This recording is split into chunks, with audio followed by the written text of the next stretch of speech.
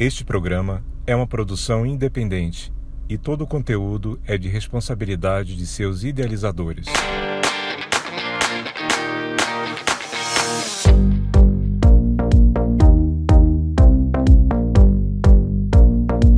Olá, galera do Balacobaco com Walter Pinaia. Hoje convido a todos a estarem falando comigo sobre vários problemas que está agindo no planeta, como chuvas, secas, inundações, furacões, tufões, doenças, variabilidade climática, mudanças climáticas, degelo. Hoje o nosso foco será na chuva, que atingiu vários países, e nos incêndios, que também vem assolando vários países e comunidades pelo mundo. Agora vamos ver cenas de inundações na China, Nova York, Alemanha e Espanha.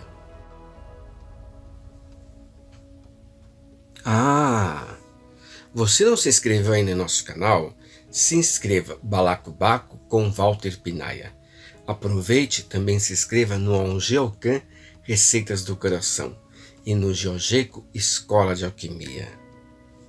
Compartilhe com todo mundo, com os amigos dos amigos, parentes, amigos dos parentes, todo mundo. Toque o sininho para você receber a notificação.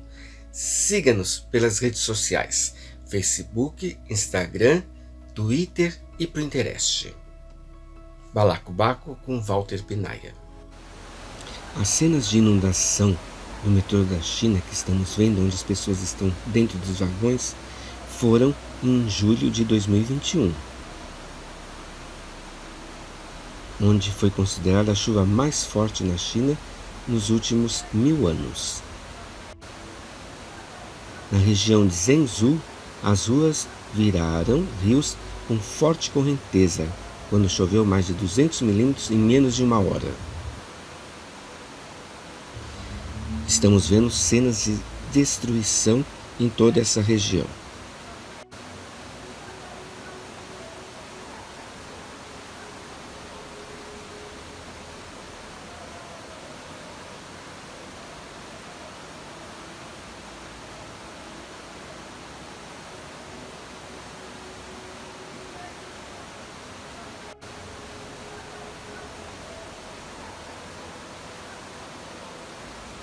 Também em julho de 2021,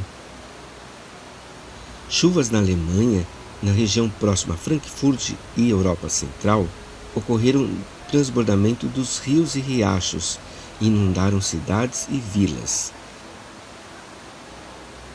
Quem conseguiu pegou o carro e fugiu para as colinas.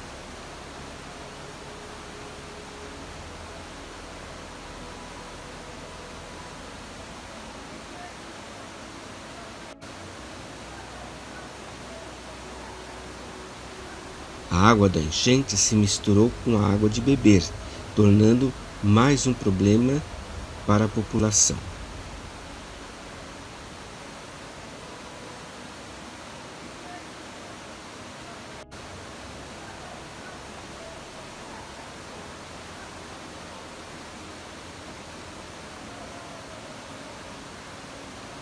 Cento e 58 mortos na Alemanha e 1.300 pessoas desaparecidas na região de România do Norte, em Westfália,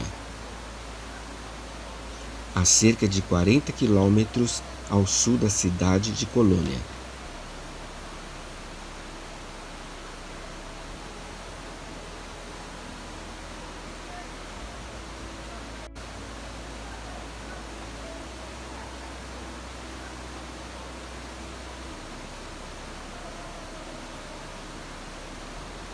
Essas cenas também foram vistas na Holanda, Bélgica e França.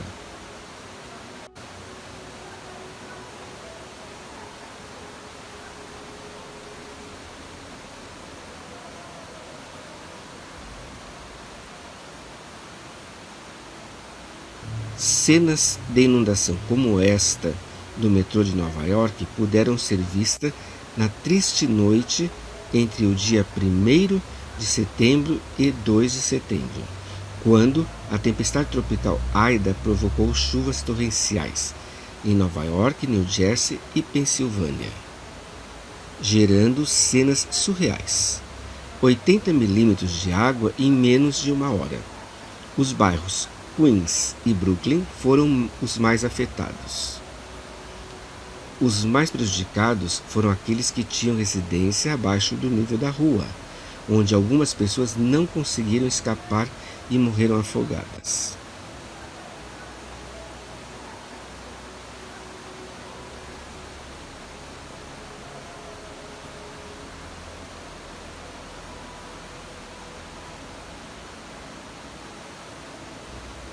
Setembro também começou em forma trágica na Espanha, como podemos ver nessas imagens.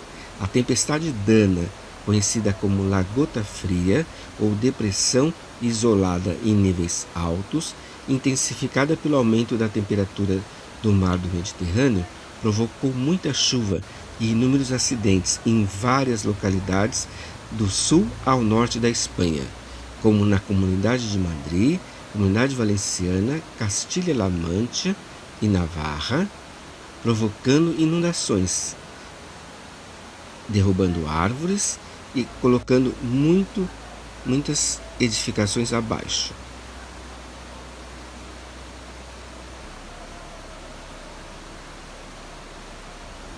A Agência Espanhola de Meteorologia emitiu sinal laranja para a região de Andaluzia, Aragão, Astúrias, Cantábria, Castilha e León, Castilha-La Mancha, Catalunha, Extremadura, Galícia, Comunidade de Madrid, região de Múrcia, Navarra, País Basco, La Rioja e Comunidade Valenciana.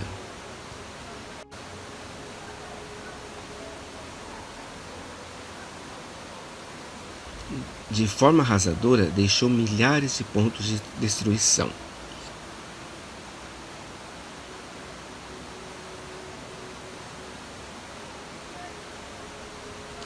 Essas imagens que vimos de Toledo, Tarragona, Madrid, Comunidade Valenciana, nos dão uma ideia do poder de destruição de La Dana.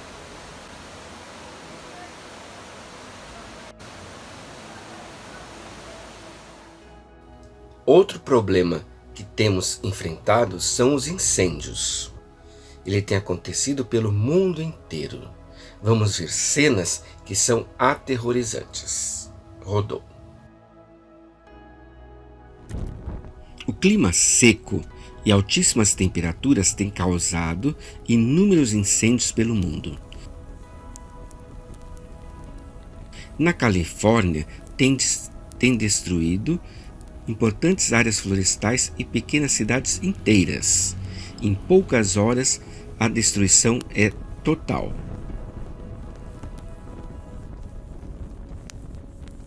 O avanço do fogo é tão rápido que muitas vezes muitas famílias não têm tempo de sair e acabam morrendo.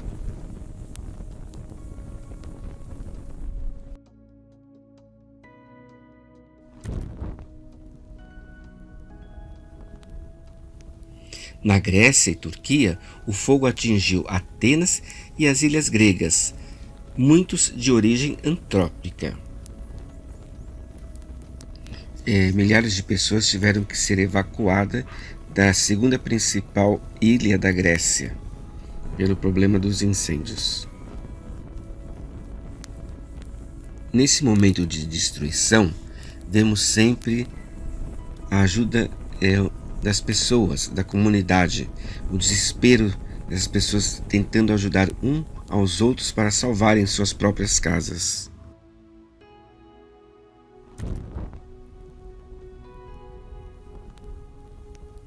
Também tivemos esse ano de 2021 incêndio de grande proporção no Parque do Japi, também no estado de São Paulo.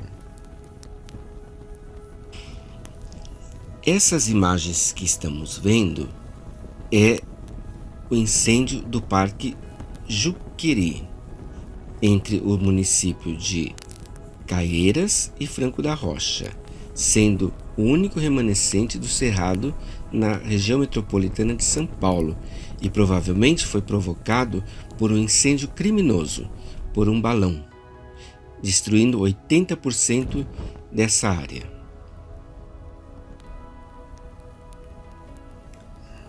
Junto com a queima da vegetação nesses incêndios, também temos uma grande perda da biodiversidade, com a morte de inúmeros animais nativos da região. A ação dos incêndios é rápida. Rapidamente destrói tudo que encontra pela frente: vegetação, morte de animais, perda na biodiversidade, mas a recuperação desse espaço, dessa mata, dessa floresta, leva muitos anos e muitas décadas, muitas vezes, se podem ser recuperadas. Cenas como essa é visto a todo momento, onde pessoas comuns tentam de qualquer maneira ajudar a apagar os incêndios.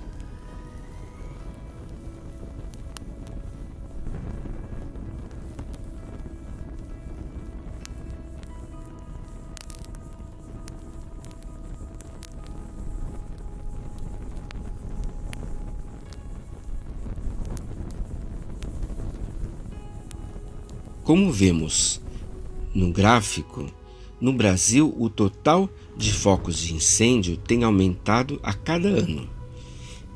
Esse agosto subiu 127% em relação a 2018, ou seja, mais que o dobro durante o governo Bolsonaro.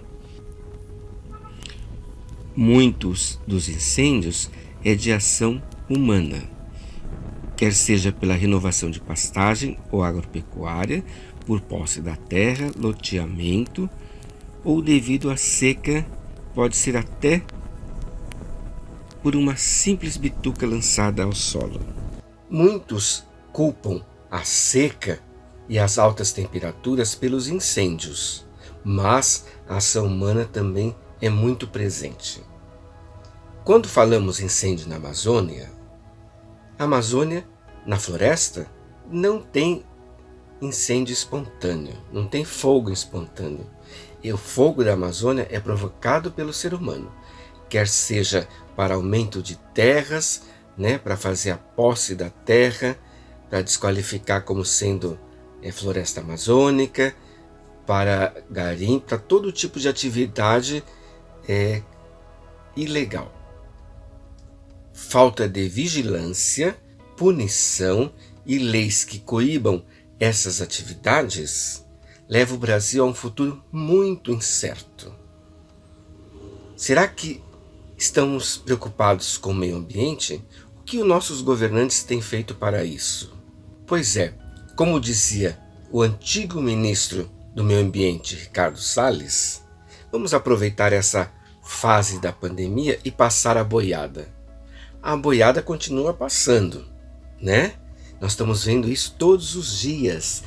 O discurso antinatureza, do governante do país, que fala que o Brasil tem muitas áreas verdes, tem muita terra indígena, tem muita área de proteção, e desde sua eleição vem com esse discurso: vou acabar com tudo isso.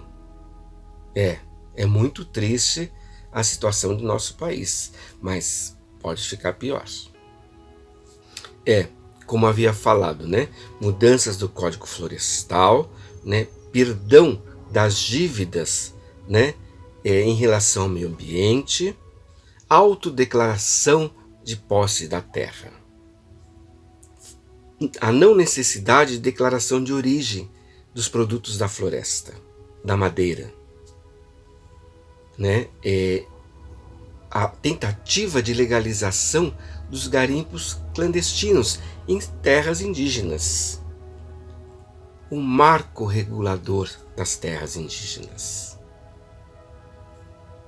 Isso são só alguns dos exemplos do que está acontecendo e como a impunidade está imperando nesse Brasil que estamos vivendo. O que tem ocorrido é a desconstrução dos poucos direitos, né, que tínhamos adquiridos através de nossas lutas, né, através das campanhas, com esse governo atual. Agora eu quero convidar todas e todos a estarem assistindo trechos de uma importante palestra do Dr. Ronald Bus de Souza, do INPE, com o título de O Oceano em Tempos de Mudanças Climáticas, que foi feito durante a 9ª FEPEX, que é a Feira de Ensino, Pesquisa e Extensão, Campus São Francisco do Sul, do Instituto Federal de Santa Catarina. Rodou. Se é possível estabelecer um equilíbrio, mesmo equilibrando o consumo humano, né? A gente está falando da questão da sustentabilidade. Ou se já está num nível irreversível desse estado, né? Se ainda temos esperança sobre isso. Gisele, então, basicamente, a grande fofoca, né, que está acontecendo na comunidade desde ontem, com o lançamento desse relatório do IPCC sobre o patamar de 1,5 graus centígrados, que é um patamar altíssimo do ponto de vista de mudanças climáticas em relação aos níveis pré-industriais. Esse relatório, ele mostra de uma maneira direta e digamos assim, única, que o planeta não vai mais voltar ao seu estado natural, de maneira nenhuma. Nós já atingimos a parte superior do limite. As mudanças climáticas já aconteceram. O que resta ao planeta é não deixar elas piorarem mais ainda, porque a cada 0,01 graus centígrados que na média o planeta mude, e obviamente que isso é amplificado nas diversos locais que eu mostrei para vocês, nos polos, e tem efeitos de feedback climáticos, né? Eles são realmente modificados de uma maneira que a gente não consegue mais controlar. Então, mesmo que a gente continue imaginando que cortando as emissões de CO2, ou seja, parando de utilizar combustíveis fósseis, por exemplo, para locomoção dos nossos carros, nós não conseguiremos voltar ao patamar que o planeta tinha antes dos níveis da Revolução Industrial. Então, nós temos que tomar atitudes de mitigação, e elas estão muito bem descritas nesse relatório. Porém, a assunção dessas medidas e a plena aceitação dessas medidas digamos assim, é um pleito político e não científico. Então, aí que nós mudamos de patamar, né? Eu acho que os cientistas fizeram o que puderam.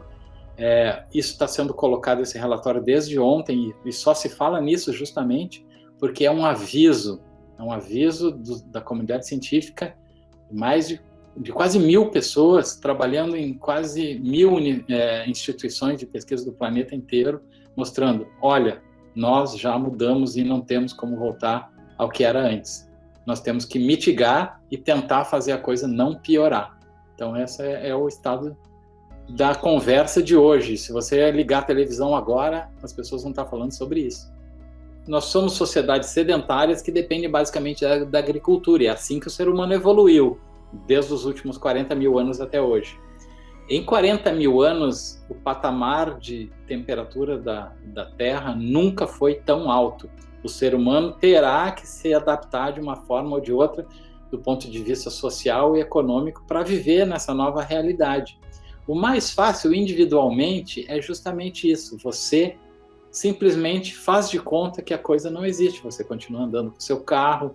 Da mesma forma que você produz aquecimento global cada vez que você vai na escola, vai no trabalho e utiliza um veículo, né, que depende da queima de combustível, né, no caso gasolina ou diesel, você está contribuindo de uma determinada forma. É muito mais fácil você continuar fazendo o que você sempre fez e deixar o problema para o seu filho, para o seu neto, para o seu bisneto.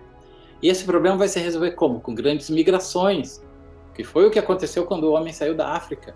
Foi o que aconteceu quando as grandes civilizações na América do Sul, os Incas e os Maias, quebraram, né? Se conhece muito bem hoje que uma das grandes causas da destruição da civilização maia, né, na península de Yucatán, foi justamente mudanças climáticas, né? Então, uma sociedade que é baseada na agricultura, que depende dessa ordem econômica e social para se manter, quando essa ordem é mudada, o mais fácil do indivíduo é justamente, bom, não está mais bom aqui, eu vou para outro lugar.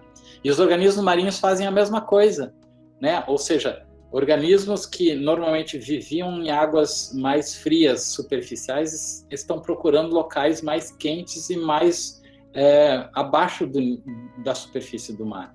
Então, é uma tendência de evolução. Agora, ao longo da tendência de evolução e da tendência de adaptação da sociedade, existe o colapso, né? Algumas sobrevivem, outras não. Então, o mais fácil para a gente é continuar fazendo tudo que a gente sempre fez. Tanto é que alguns cenários de mudanças climáticas são colocados nos modelos numéricos, com progressão das concentrações de CO2 que são jogadas na atmosfera, chama-se business as usual, ou seja, tudo como sempre foi. Nesse cenário, a gente tem as respostas mais catastróficas de todas, ou seja, se o ser humano continuar não fazendo nada, ou seja, continuar fazendo o que sempre fez, o cenário vai ser muito catastrófico. E a principal mudança para nós como sociedade é a migração extrema e a quebra dos patamares econômicos baseados na agricultura. O que mudamos no hemisfério sul se propaga para o hemisfério norte. Eu falei de uma maneira bem rápida ali sobre a corrente do Golfo. Uma das consequências muito didáticas das mudanças da circulação oceânica causada pelo suprimento de gelo na Antártica é o enfraquecimento da corrente do Golfo, que é uma corrente superficial, mas que é alimentada por um cinturão de circulação que vem desde a água profunda que é formada na Antártica. Então, se essa água profunda, em termos de volume, é menos formada, ou seja, o volume dela é menor a cada ano, a cada 100 anos, a cada 1000 anos, a corrente do Golfo vai ficando mais fraca e atingindo a região ocidental da Europa de uma maneira menos eficiente. E é justamente a corrente do Golfo, que tem uma característica de ser uma corrente de água quente, que leva o calor para a região ocidental da Europa, que se não fosse essa corrente, seria tão fria quanto a Sibéria, porque ficam mais ou menos na mesma latitude. Convido também todas e todos a estarem assistindo trechos da Mesa Redonda, a década das ciências oceânicas para um desenvolvimento sustentável. Nesse mesmo evento, o 9º FEPEX, do campus São Francisco do Sul, do Instituto Federal de Santa Catarina. Agradeço a professora Gisele pelo convite que foi feito a mim para poder estar participando dessa mesa redonda. Caso você se interesse, eu tenho certeza que é um tema muito importante e interessante, você pode acessar o evento completo, né, nesse link que eu estou deixando aqui embaixo. Rodou. Esse conhecimento vai ser espalhado por todos os níveis, né, do ensino, e é espetacular as pessoas terem essa visão da realidade, né, que muitas vezes ela está escondida ali nos trabalhos científicos, nos artigos científicos, e acaba não chegando para a grande mídia, né, de forma geral. Mas, assim, para começar, então, iniciar essa discussão, né, dessa palestra, vamos abordar um pouquinho sobre o que estamos falando, que é realmente o oceano.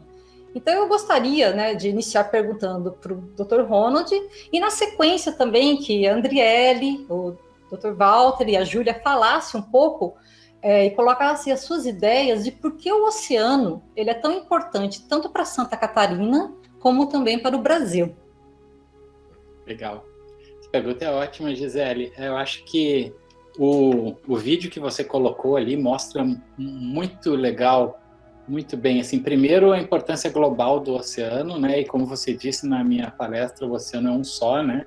Na hora das perguntas, a gente sabe que as coisas estão conectadas, inclusive no Oceano Atlântico, entre os hemisférios, que é uma coisa única no planeta. O Oceano Atlântico Sul conecta os dois hemisférios de uma maneira integral. Então, o que acontece aqui se repete em termos de clima no hemisfério norte, especialmente na Europa, através da corrente do Golfo. Mas o videozinho também mostra a importância, primeiro, dos 40% da população brasileira viver nas regiões costeiras, e isso tem a ver com a colonização, mas também com a vocação do brasileiro de aproveitar o que o oceano de uma maneira direta tem para nos oferecer, o bem-estar, principalmente, né?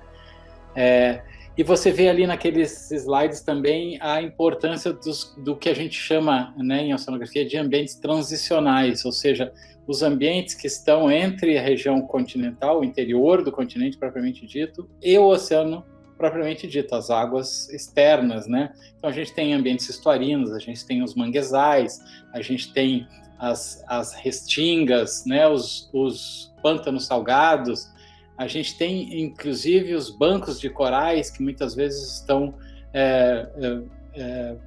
fora da água, dependendo da maré, né?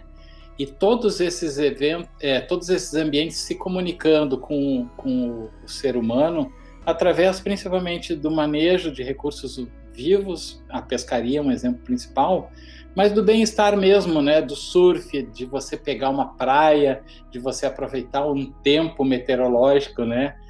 Bom na beira do mar, né? Aquela sensação de bem-estar que você só recebe em contato com o mar, que é basicamente a assinatura do que tem mais nobre na natureza do planeta Terra, que é justamente a parte azul do planeta Terra. Então, eu acho que a importância do oceano é histórica, né, para a gente que é brasileiro, pela própria origem do nosso povo, através da colonização europeia e africana, não podemos esquecer disso, né? A nossa colonização, a grande diáspora africana que povoou e dá cor ao nosso povo, ela veio do mar e ela se relaciona com o mar de uma maneira impressionantemente forte. Eu acho que o Walter tem um pouco a falar sobre isso também, é importante. Mas para Santa Catarina, especialmente, né, desde a vinda dos açorianos e do manejo que Santa Catarina faz com relação à pesca, especialmente, né, quando a gente fala de oceano, tem tudo a ver. Quer dizer, eu acho que a assinatura do povo catarinense depende do oceano e é caracterizada pela cultura adquirida das regiões mais costeiras de Santa Catarina até o interior. Então, eu acho que é isso. Eu acho que é importante também ressaltar que Santa Catarina foi o terceiro estado onde o curso de oceanografia foi implementado. A gente, desde a década de 70 até hoje em dia, tem 13 cursos de graduação em oceanografia no país inteiro, mas até a década de 90, nós tínhamos apenas 2, um no Rio de Janeiro e outro na cidade de Rio Grande, no Rio Grande do Sul, sendo que o curso de oceanologia em Rio Grande é o mais antigo do Brasil. O terceiro mais antigo é justamente o curso da Univale, que é voltado justamente ao uso e manejo dos recursos vivos marinhos, através da parte de aquacultura, que é muito forte, mas também do manejo pesqueiro, que é basicamente devido a Itajaí ser um dos maiores portos de desembarque de sardinha do Brasil. Também o Walter tem bastante a falar sobre isso. Então, eu acho que a assinatura e a importância do oceano para o povo catarinense e brasileiro é muito, muito grande e precisa ser melhor explorado pelos nossos dirigentes.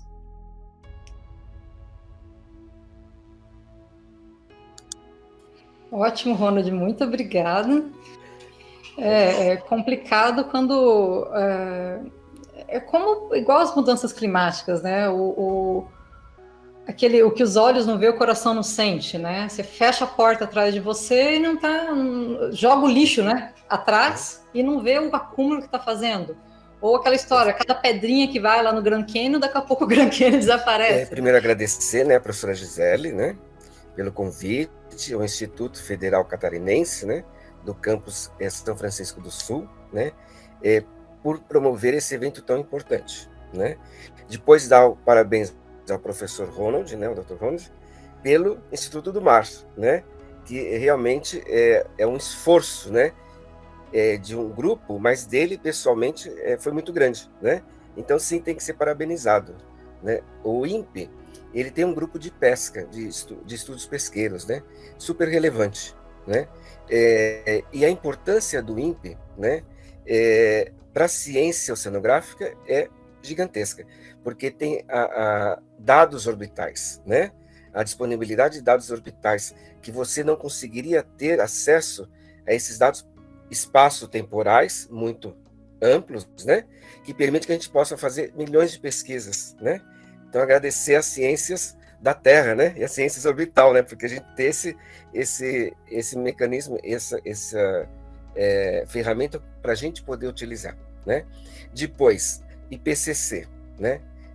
Como o professor Ronaldo também falou, o IPCC, assim, muito tempo atrás, não vamos falar uns anos, é bom, mais de 20 anos, já tá bom, né?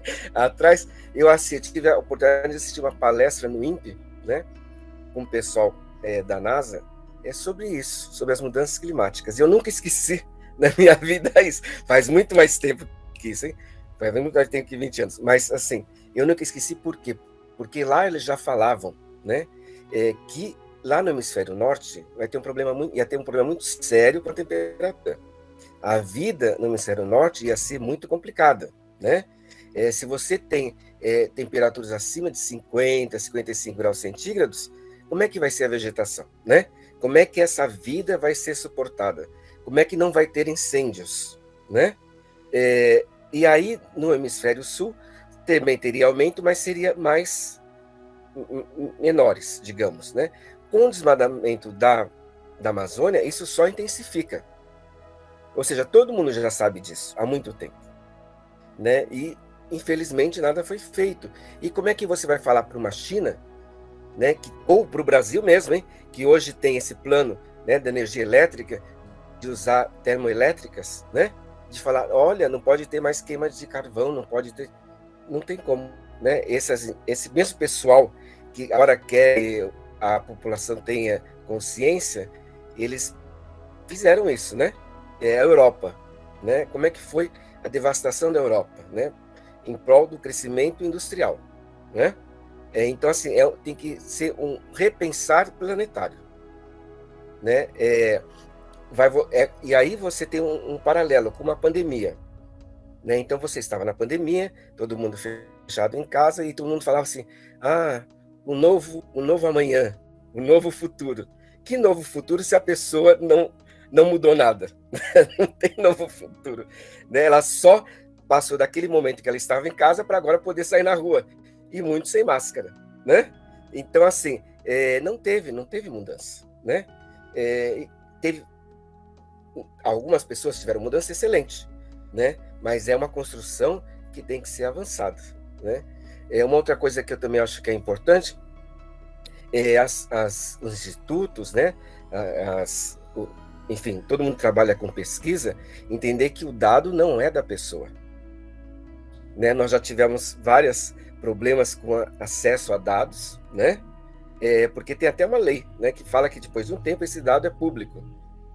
Mas alguns institutos, alguns grupos acham que não, que eles têm propriedade sobre aquele dado e é deles. Não, compartilhem as suas pesquisas, por favor. Compartilhem seus dados, né?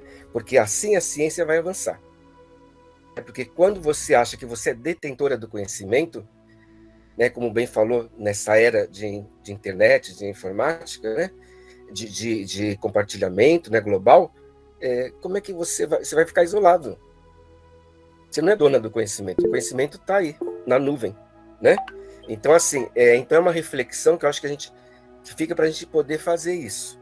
Vamos pensar ciência, mas vamos pensar ciência coletiva, né? E sempre com um objetivo sustentável. É pensar que aquele seu colega pesquisador, ele é seu colega, ele não é seu arqui-inimigo. Ele só vai contribuir, né?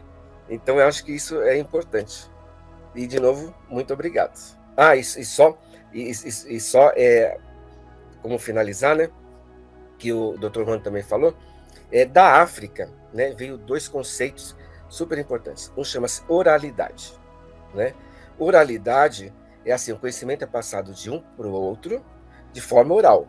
Então, se você quer que a comunidade entenda o que você está falando, você tem que ir até ela. E você tem que falar igual ela. Não adianta você falar cientificamente que ela não vai entender, né? Porque você tem a resposta. E outra coisa é a circularidade, né? Então, o conhecimento ele é circular, ele não é direcionado. Então, é isso. Muito obrigado, Walter. Você falou coisas... Aliás, todos aqui estão contribuindo de uma forma incrível, né, para esse conhecimento. Você comentou uma coisa que me chamou a atenção, só vou comentar aqui, daí eu passo para você, Júlia, quando você falou dos 50 graus no norte, e teve, né, agora esses tempos atrás, estava com 50 graus no Canadá, né, as queimadas ali na Grécia e na Turquia, as enchentes na Alemanha, né, na Holanda, estão tudo acontecendo, quer dizer, esses eventos extremos, né, os nossos furacões aqui que estão ficando, né, a gente vê Mas que... só não cortando, a temperatura, por exemplo, há 10 anos atrás, eu vivenciei lá na Espanha, já fazia 52 graus em Sevilha. Há 10 anos atrás. Né? Então, agora você imagina como é que está o negócio. Né? Santa Catarina, né? Ela é um dos principais polos pesqueiros do Brasil. Né? A atividade pesqueira ela é muito importante, né? Em diversos estados. Né? Pará também é um estado que tem importância pesqueira muito grande. Santa Catarina, como ele falou também, tem a parte da sardinha. Né? Então, indústrias se migraram para Itajaí, né, para Navegantes, para poder ter essa manipulação, né, exportação, comercialização da sardinha. Né? Então, teve toda uma cadeia, né, e um parque industrial feito em função dos recursos pesqueiros. Só que o homem, né, ele esquece que a natureza precisa de um tempo para poder ter renovação. Né? E aí você tinha, por exemplo, você tem lá em Paranaguá, ou melhor, na Baía de Paranaguá, né, lá em Pontal do Sul, a gente via sempre, né? Em Rio Grande, em Itajaí, você tem a corrida da tainha, por exemplo, né? Tem a festa da tainha, super importante, super explorada, né? Que antes você via, assim, tem uns olheiros que vê quando está chegando a tainha, está entrando no estuário, né? E aí as pessoas pensavam, em Santa Catarina acontece muito isso, né? Pescar antes ou depois da tainha entrar no estuário. Eu gosto da ova da tainha, então eu vou pescar ela ovada. Só que ele não pensa que se ele pescar a tainha ovada, não vai ter mais tainha. E assim foi por anos, décadas, né? E hoje você tem uma redução na pesca da tainha muito grande, né? Por isso, por não ter essa consciência de sustentabilidade. Né? Isso é um problema sério, né? Porque como é que essa tainha vai se recuperar? Não vai. Né? Então você tem uma diminuição no estoque muito grande. Né? A sardinha é a mesma coisa. A sardinha foi super explorada. Né? Então, como é que vai? É um cardume de sardinha que vai pela costa. Né? Como é que vai ter renovação das cortes, né? dessa população de sardinha? Então, o homem ele aumenta a frota pesqueira, ele melhora, né, as redes, né, e a arte de pesca, né, e como? Aumentando a economia, aumentando a captura. Né? Só que eles esquecem, por exemplo, lá no norte, né, nós temos a pesca do camarão, né, que também é super importante em Santa Catarina, em Santos. Né? A pesca do camarão ele tem uma arte de pesca e principalmente não a pesca do camarão, o arrasto em si, né? Pesca de arrasto. Quando ela passa a rede, ela leva tudo. Então ela acaba o substrato, né? E ela acaba peixes menores, né? Então você tem várias espécies ameaçadas. Nós estamos publicando um paper agora na Ocean and Coastal Research, né? Sobre isso, o bycatch. Né? Ou seja, os peixes que vêm junto com a pesca de arrasto, que não é a espécie-alvo, né? Por exemplo, da pescada amarela, né? E aí vem junto tubarões pequenos, né? Juvenis, que eles estão ameaçados como espécie crítica de ameaçamento. Né? Então, por quê? Porque o homem ele quer pescar a pescada amarela. Se vier tubarão, ou vier raia, ou vier outros peixes menores, não tem problema. Ele quer a pescada amarela, né? Então, ou quer o camarão, que aí vem tudo, né? E aí o que acontece? Hoje a gente faz esses dispositivos, que chama dispositivo para redução de pesca acompanhante, né? Justamente para evitar que essas espécies mais juvenis, e principalmente as ameaçadas, sejam capturadas e tenham possibilidade de estar crescendo. Isso é um problema sério, porque quando você tem o homem que tem o interesse econômico, né, e você busca a sustentabilidade, né, e a vida nos oceanos, você tem um conflito, né, porque você tem as colônias de pescadores, elas não querem saber de redução de nada, elas querem mais, né? Então é um problema que a gente tem que enfrentar. E se a gente quer que como o Dr. Ronald falou, né, a gente tem que ter uma definição. Nós queremos simplesmente passar a vida sem nada, como se nada estivesse acontecendo, né, ou realmente mudar. Quando você coloca o problema separando os autores, né, antes você tinha assim, você tinha a ciência era a ciência pura, né? Cada um fazia a sua pesquisa, publicava, excelente, né? Hoje a gente não pode trabalhar mais em ciência pura, a gente tem que trabalhar com todos os atores, né? Desde a ciência básica, né, aquela taxonomia, tal, a ciência de modelagem, mas também a ciência social, socioeconômica, né? Porque senão não vai ter um resultado positivo para a sociedade, né? E a gente, como cientista, a gente pensa assim, que nossa pesquisa deve ter um retorno para a sociedade, né? Não só ciência por ciência, né? Para melhorar o planeta que nós vivemos, melhorar o estado que nós moramos, a cidade que nós moramos, né? Bombinhas, por exemplo, antes a gente ia mergulhar em Bombinhas, era super bonito, né? Quem não gostava de mergulhar em Bombinhas, né? Tinha bombinhas, né? Você tinha um monte de corais, aquele, né? Era super legal. Mas cada um queria levar um pedacinho para casa, para colocar na estante do coral aquele, né? Uma estrela marinha, tal, não sei o quê. E assim foi. Hoje vai mergulhar em Bombinhas e ver como é que tá, né? Então, na verdade, eu acho que a natureza ela pede por ajuda. Só que, infelizmente, é muito difícil. Infelizmente. E como foi dito nesse programa, as mudanças climáticas não é o futuro, é o presente, já está acontecendo, né? Enquanto países lutam e têm essa conscientização em prol da natureza, outros brincam e querem postergar as metas. O que antes era uma meta de 2030, querem que seja de 2050, 2100, 2200, 3000, né? Para que não atinja sua economia. Economia limpa, recursos renováveis, energia limpa? Não, né? Vamos construir mais hidrelétricas, vamos usar mais termoelétricas. Que conscientização é essa? O planeta e o Brasil está na UTI. O meio ambiente está agonizando. Secas mais severas, chuvas mais intensas, né? Eventos climáticos extremos mais constantes e mais fortes, né?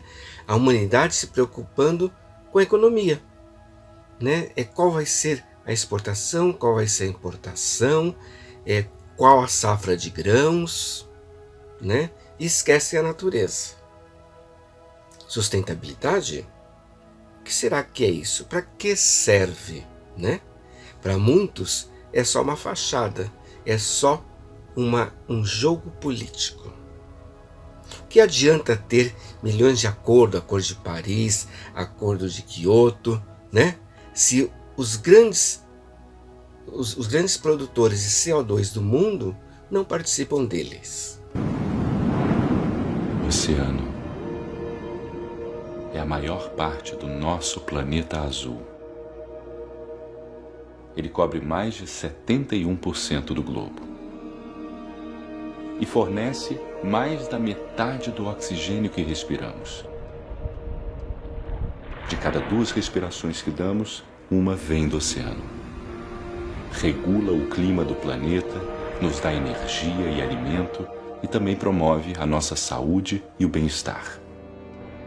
Todos somos oceano. Mas hoje enfrentamos ameaças alarmantes. Alteração e crise no clima, um dia de enchente e um dia de seca. A poluição, a perda da vida marinha, a pesca excessiva e descontrolada acabando com os peixes nos mares. E para olhar para o oceano e conservá-lo, vamos ter uma década inteira. De 2021 a 2030, a Unesco declarou a Década do Oceano.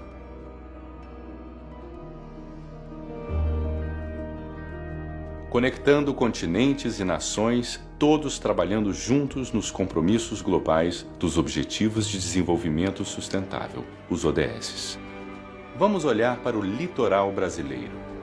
Com cerca de 9.000 quilômetros de costa, temos uma diversidade de ambientes como manguezais, recifes de coral, praias e estuários. Aqui tem vida. Vida marinha e cultural. Você sabia que 1 em cada 4 brasileiros vivem na zona costeira? E que de cada 200 brasileiros, 1 é pescador. Eles dependem do oceano e produzem alimento para nossas famílias. Tudo está interligado. Os mares costeiros abrigam mais de 90% da vida marinha e os pescadores e pescadoras dependem dessas áreas. A sua vida depende da saúde dos oceanos. A cada vez que você respira e a cada vez que você se alimenta de produtos de origem marinha, o oceano está em você. Precisamos fortalecer a conexão entre as pessoas, organizações e governos. O oceano que precisamos para o futuro que queremos. Você é mais uma gota desse grande oceano. Compartilhe nas redes sociais suas descobertas sobre o oceano. Conecte-se ao oceano no seu dia a dia. Para participar, entre em contato com nossas redes. Espécies e ecossistemas devem ser extintos, né? A fome e a sede devem aumentar muito em todo o globo. Não é uma questão se vai ser catastrófico ou não o futuro, e sim, como o Dr. Ronald já colocou bem na palestra dele, o quanto será catastrófico, né? Enquanto mantivermos esse pensamento e não mudarmos a nossa forma de pensar e o entendimento em relação a mudanças climáticas e a necessidade de manutenção dos biomas e dos ecossistemas, né, para um futuro, para que cada um possa ter esse futuro não melhor, mas pelo menos não tão ruim. O ser humano precisa entender que ele não é estranho à natureza, e sim que ele faz parte dela e precisa dela para a sua sobrevivência. Com esse pensamento, ele deve buscar a conservação da natureza e não a sua destruição por fator econômico. Até o próximo Balacobaco com Walter Pinaia. Pense sustentabilidade. Axé. Namastê.